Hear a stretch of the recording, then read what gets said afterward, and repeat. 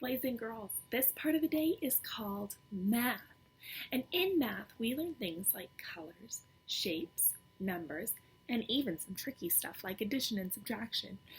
But today, we're going to talk about something called manipulatives. Now, I know that's a really big word, but can you try and say it with me?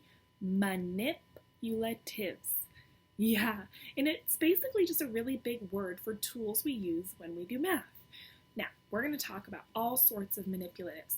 Some I gave you in your bag, some you'll find around the house, but today we're going to talk about the most important manipulative. Can you guess what that is?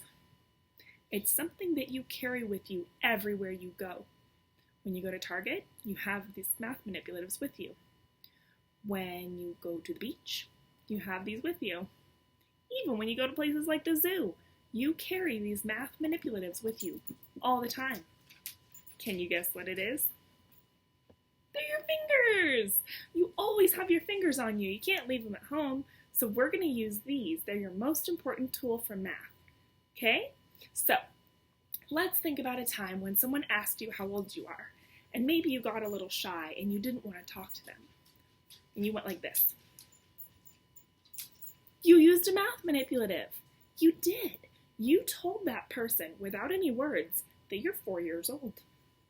Because 1, 2, 3, 4 fingers means 4. This is what we're going to practice today. So we're going to play a little game. I'm going to call a number out, and I want you to show me those fingers. All right, you ready to play? 1, 2. Now, there's different ways to do 2. I like to do 2 like this. Some people can do 2 like this. Is it still the same?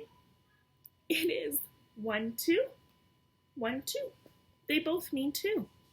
Awesome. Let's do the next one. 3. And again, there's different ways to do 3. Lots of different ways. Let's do 4. That one was easy. I already showed you that one. But you can also go 4. Or a really weird 4. I don't know. Whatever you want to do. Now the last one is the hardest one. Are you ready? 5. Just kidding. That one's easy. Just one whole hand is 5 fingers. So what I want you to do is I want you to have mom and dad, if they can, take a little video or some pictures of you holding up your fingers with the different numbers. Okay? Awesome.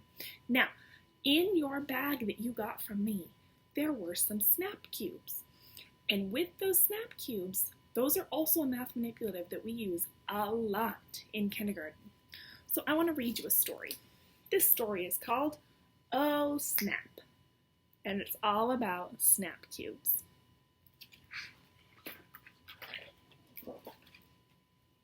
These are snap cubes. Sorry, I know it's little. There you go. These are snap cubes. What do you notice about these snap cubes? Yeah, they are all different colors, and they even have holes in them. Snap cubes are a lot of fun. Would you like to learn more about them? If you want to pause this video and go get your snap cubes, you can do that right now. Oh no, look at these snap cubes. They look all messy, and what is that I see? I see a glue and crayons mixed in with the snap cubes. Do you think we need crayons and glue sticks if we're working with snap cubes? Should we color them? Should we put glue on them? No way! We have to play nicely with these cubes. How could we take care of our cubes? So I want you to think, how could you take care of this mess? Yeah, organize it. Take the crayons out, put them away. Take the glue out, put it away. I think you are ready for your own snap cubes, which you have, right? All right.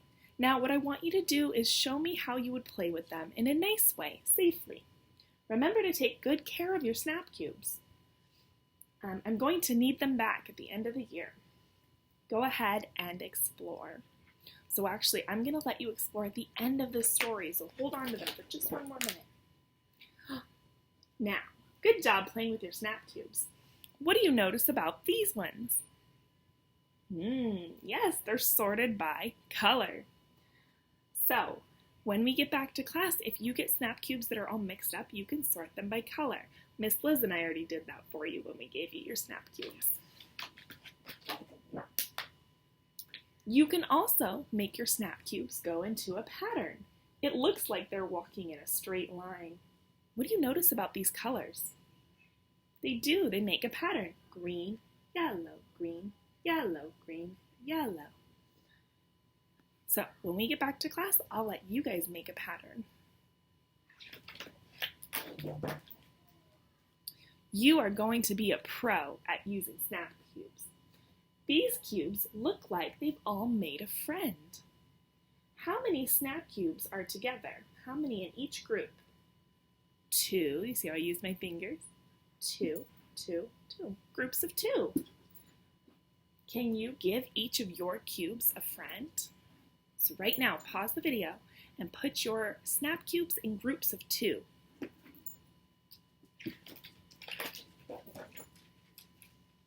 Great job! These snap cubes have made a shape. Look closely at the shape they made. Can you tell what it is? Yes, it's a rectangle. Can you pour out your snap cubes and try to make a square or a rectangle with them? Go ahead and pause if you need some time, and then you can play again. There's something else very special about snap cubes. They can all snap together like this. That is what all those holes are for. Take your snap cubes and try snapping them together like this. Sometimes you have to twist them and turn them so they're all straight.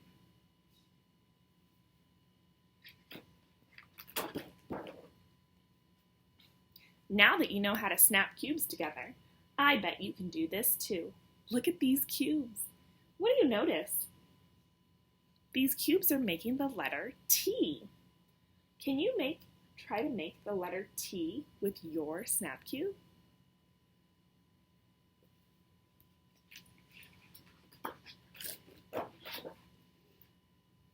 Now you know all the ways you can play with your snap cubes. You also learned how to play with them safely. Are you ready to go off on your own and have fun? All right, let's go. And that's the end of our story. So, your homework today is to play with your snap cubes. Do you think you can do that for me? Have Mom and Dad snap a picture of you making a letter or a shape or just playing with them and being silly. And I want to see it. Thanks, guys.